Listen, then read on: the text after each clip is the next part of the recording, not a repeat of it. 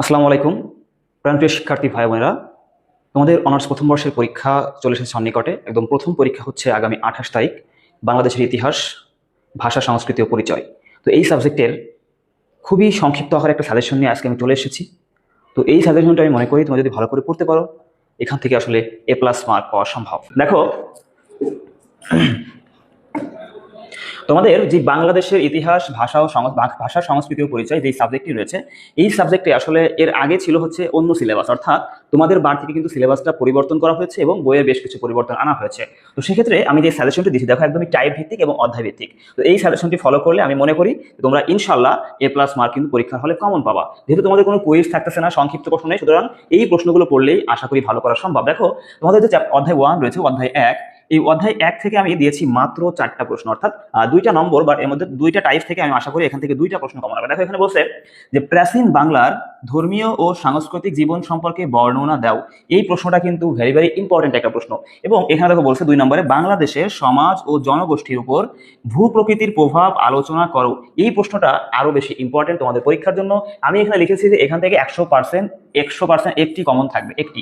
তো 100% একটি কমন থাকবে, মানে এই 2টা থেকে যদি একটি থাকে, আমার কাছে মনে হচ্ছে এই প্রশ্নটা ভাইয়া 100% কমন থাকবে। এই প্রশ্নটা 100% কমন থাকার সম্ভাবনা সবচেয়ে বেশি। এরপর দেখো, যদি 2 নম্বরে দেখি, 2 নম্বরে বলছে যে 100% একটি কমন থাকবে ইনশাল্লাহ। দেখো, এখানে বলছে বাংলায় সুফি তরিকা বা সম্প্রদায়ের ধারা, উৎপত্তি ও ক্রমবিকাশ আলোচনা করো। এই প্রশ্নটিও আসলে আমার কাছে মনে হয়েছে খুবই গুরুত্বপূর্ণ একটি প্রশ্ন।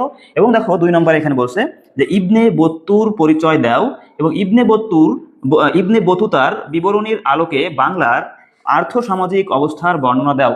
এই 2টার মধ্যে একটা পরীক্ষায় আসার সম্ভাবনা অনেক বেশি, তবে আমার কাছে কেন জানি মনে হচ্ছে এখান থেকে এই 2 নম্বর প্রশ্নটা 100% আসবে। এই হচ্ছে অধ্যায় 1। অধ্যায় 1-এ মোটামুটি এই প্রশ্নগুলো পড়লেই আমি আশা করি এখান থেকে তোমরা কমন পাবা। এরপর দেখো অধ্যায় 2। অধ্যায় 2-এ দেখো কি বলছে। অধ্যায় 2-এ এখানে বলছে 100% একটি থাকবেই ইনশাল্লাহ, অর্থাৎ এই যে 3 নম্বর থেকে কিন্তু 100% একটি থাকবেই। এখন এখানে যে প্রশ্ন দেওয়া হয়েছে, দেখো পলাশির যুদ্ধের কারণ ও ফলাফল আলোচনা করো। এই 2টার মধ্যে বলেছি একটা থাকবে, তবে আমার কাছে কেন জানি মনে হচ্ছে যে এই প্রশ্নটা কমন থাকার সম্ভাবনা সবচেয়ে বেশি। 2 নম্বর এটা বলছে, দেখো বাংলার রেনেসার পটভূমি আলোচনা করো।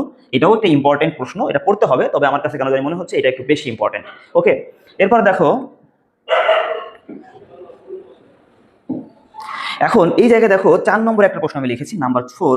এই 4 নম্বর বলছে যে রাজা রামমোহন রায়ের সামাজিক সংস্কার সমূহ বর্ণনা করো। এই যে রাজা রামমোহন রায়ের সামাজিক সংস্কার সমূহ বর্ণনা করো, এই প্রশ্নটা দেখো আমি বলেছি যে 100% থাকবেই ইনশাল্লাহ। আমার কাছে কেন জানি মনে হয়েছে যে এই প্রশ্নটা 100% থাকবেই, 100% থাকবেই। তো এই হচ্ছে মোটামুটি অধ্যায় 1 এবং অধ্যায় 2 এর, এবং পরবর্তী পেজে আরো কিছু সাজেশন রয়েছে। তোমরা এই সাজেশনটা মনে হয় বুঝতে পেরেছো। তো পেজ নাম্বার 2-তে এখানে অধ্যায় নম্বর 2 এর আরো একটা টাইপ লিখেছি, 5 নম্বর প্রশ্ন। এখানে বলছে এখানে 100% একটি থাকবেই ইনশাল্লাহ। এখন এখানে দেখো 2টি প্রশ্ন দিয়েছি, নাম্বার 1, নাম্বার 2। 1 নম্বর এখানে বলেছে বাঙালি জাতীয়তাবাদ বিকাশে পাশ্চাত্য শিক্ষার গুরুত্ব আলোচনা করো।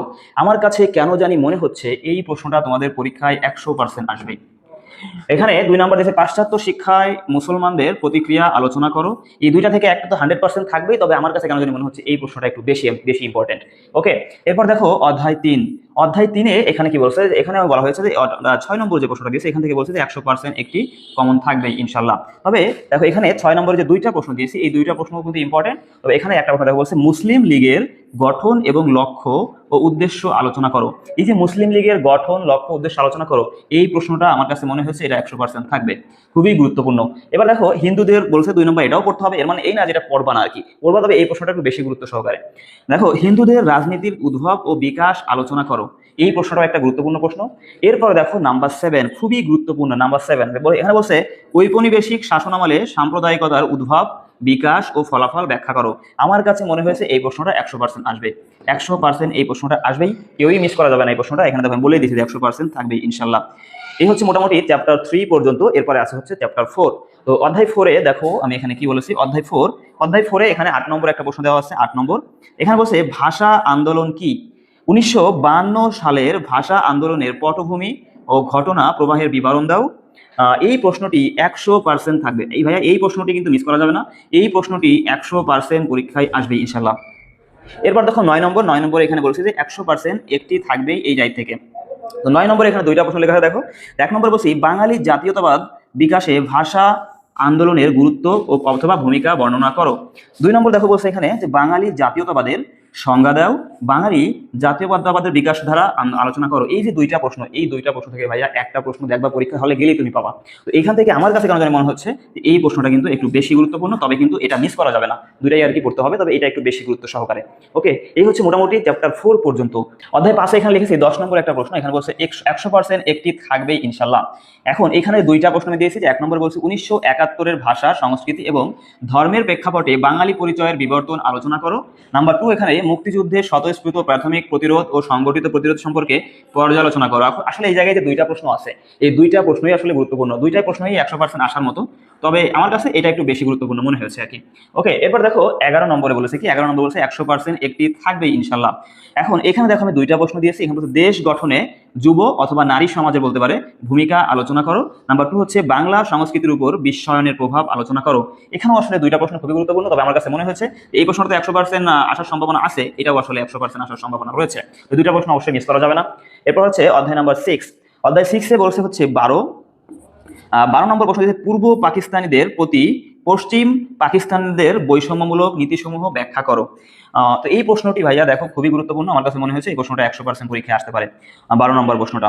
এরপর দেখো নাম্বার 13 এখানে বলছে যে 100% একটি থাকবেই ইনশাল্লাহ। এখানে বলা হয়েছে 1 নম্বরে 1969 সালের গণ অভ্যুত্থানের কারণ ও তাৎপর্য ব্যাখ্যা করো। এখানে বলা হয়েছে 1969 সালের গণ অভ্যুত্থানের কারণ ও তাৎপর্য ব্যাখ্যা করো। আবার এখানে বলছে 1970 সালের নির্বাচনের ফলাফল ও গুরুত্ব আলোচনা করো। আসলে এই দুইটা থেকে একটা প্রশ্ন পরীক্ষায় আসবে, কোনটা যে আসবে আসলে শিওর বলা কঠিন, তারপরও আমি এটাকে একটু বেশি গুরুত্ব দিয়েছি, তবে তোমরা কিন্তু এখান থেকে দুইটাই আসলে 100% হিসাবে পড়বা আর কি। খুব বেশি মিস দেওয়ার দরকার নেই, যেহেতু প্রশ্ন আমি একদমই কমাই দিয়েছি, সেখান থেকে এখান থেকে আরো গ্যাপ দিলে আসলে সমস্যা হয়ে যেতে পারে। তো মোটামুটি এই যে আমরা চ্যাপ্টার 6 পর্যন্ত কিন্তু আলোচনা করে ফেললাম, আমাদের আর মাত্র 7টা প্রশ্ন রয়েছে, এটা আলোচনা করবো, তারপরে আমরা কিভাবে তোমাদের লিখতে হবে আর যার যা প্রশ্ন আছে সবকিছু অ্যান্সার আমরা দিব।